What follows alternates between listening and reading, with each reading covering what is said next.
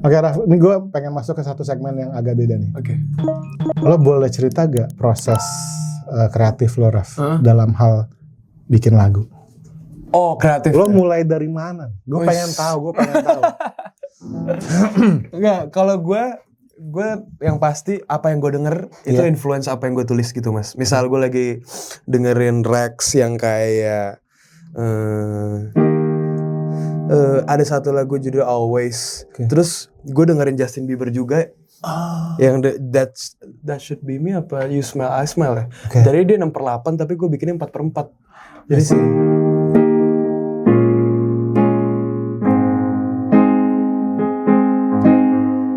tadi kan tuh dia gitu. Tapi di beda key mungkin. Okay. Terus approach apapun itu misalnya yang kayak songwriting like melody wise or lyric wise. Lo tahu lagunya JB yang I wait on you forever and a day and a foot your world is my world. Itu lagu You Smile apa lupa gue. Terus gue jadi kayak 4/4 all the things and all that life shouldn't give her wrong. Jadi kayak apapun yang gue denger atau teman-teman denger inspirasi yang lu lagi dengerin atau yang lu suka gitu, you can make a puzzle with it gitu. Jadi orang tuh sebenarnya familiar dengan I think I've heard it somewhere, but it's not the same ngerti.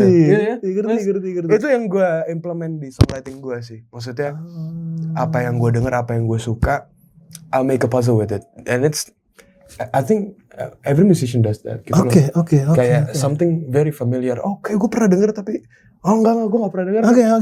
And it's normal, it's okay gitu loh. Karena itu bagian dari proses kreatif itu dari inovasi. Maksudnya inovasi lu dapat dari apa yang lu sebanyak-banyaknya yang lu dengerin gitu loh. Iya. Itu sih gue yang kayak sedap banget ya.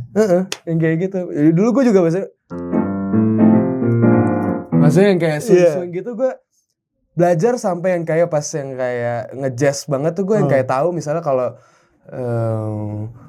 chord yang kayak misalnya let's say ini bunyinya tuh isinya apa aja sih Vi? Dulu gue sama Om Erwin tuh gitu. Mas, yang kayak bukan ditatar yang kayak apa aja Vi arpeggionya yang kayak gini. Gue tuh belajar banget Mas yang kayak suka ditembak tiba-tiba.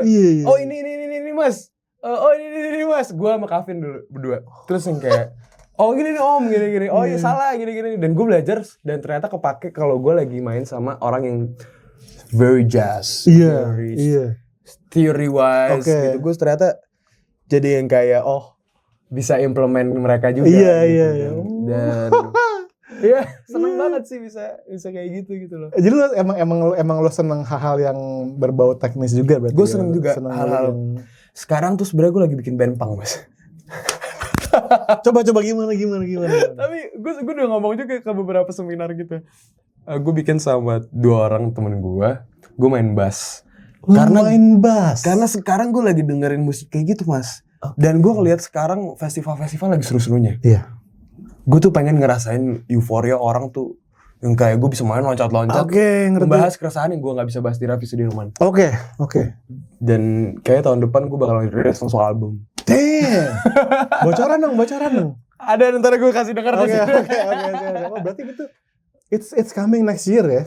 Sesuatu yang berbeda dari very different from gila. Iya, enggak tahu gue suka eksperimen banget sih Mas. Oke. Kayak I think ya gitu sih. Oke, sekarang kembali ke proses kreatif. Oke, tadi kan lo come up dengan satu frase gitu misalnya. Iya, frase. And then gimana lo ngembangin dari satu ide nih, terus lo kembangin sampai ke proses ke lirik gitu. Kadang gue suka tiba-tiba muncul, misalnya gue lagi main gini, jamming, terus tiba-tiba gue suka tiba-tiba keluar lirik, kayak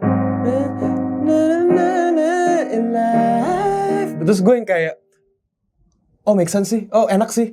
Jadi gue gak bakal ninggalin apa yang pertama kali muncul di gue.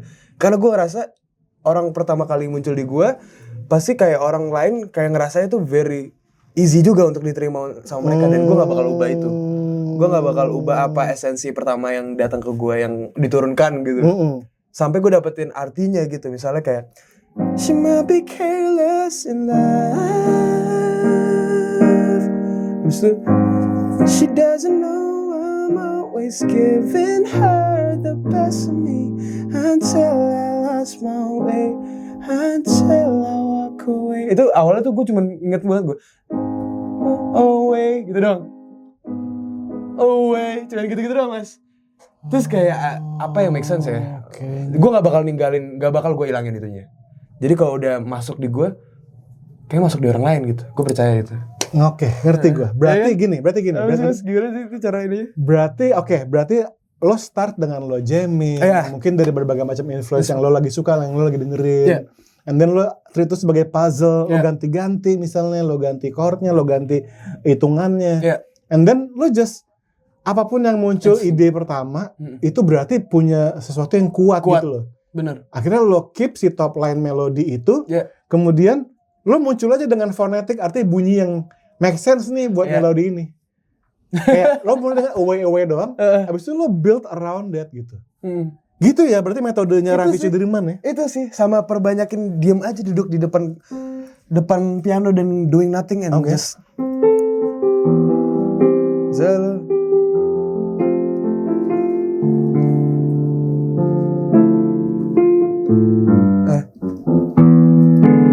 kayak chord-chord.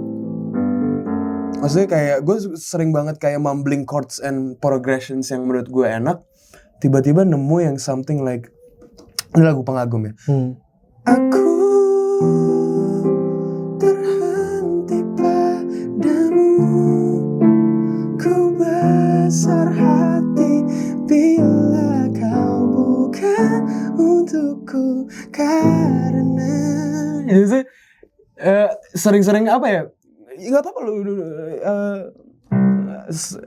ngalor ngidul aja apapun progressionnya. Ngalor ngidul aja, oke.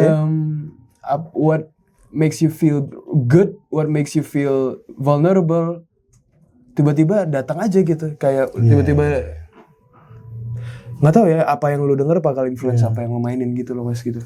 Tapi itu hanya bisa terjadi setelah segitu banyak pengalaman pastinya ya. I mean lo bermusik dari kecil, tentu lo bisa ngelakuin ini semua juga setelah lo relentless ngulik gitu loh. Iya itu bener sih. Itu bener, tanpa ngulik nggak bakal bisa sampai sini dan sebebas itu gitu. Iya lo bisa sampai mumbling chord, lo tiba-tiba come up with ideas itu tentu karena lo juga dari kecil juga gitu loh. Jadi ya buat teman-teman yang nonton di sini, guys kalian mesti ini tuh perlu latihan ya nggak sih? Iya perlu latihan dan disiplin lo dan juga mungkin confidence lo dalam hal artinya ini enak nih. Ya kalau buat gue enak ya udah. Ini sih bukan kayak insecure gitu. Lo udah lewatin itu semua gitu. Iya itu sih. Iya itu sih. Itulah kenapa guys 13 lagu dari album ini hari ini, esok dan selamanya kalian mesti dengerin. Ini kayak bisa dibilang apa ya, sebuah akumulasi dari perjalanan Raffi Sudirman sejauh ini ya. Sejauh ini. Karena kayak Raffi bilang, Raffi masih figuring things out guys. Iya, sampai sekarang. Iya gak sih? Dan segala macam ulikan termasuk yang tadi bilang, ada band punk coming up. Jadi masih banyak hal-hal yang di luar nalar dari seorang Raffi Sudirman ya. 1, 2, 3. Ku rela beri waktu Senin sampai Jumat untukmu. Jika bisa ku mau keliling dunia denganmu, hening selalu ku tahu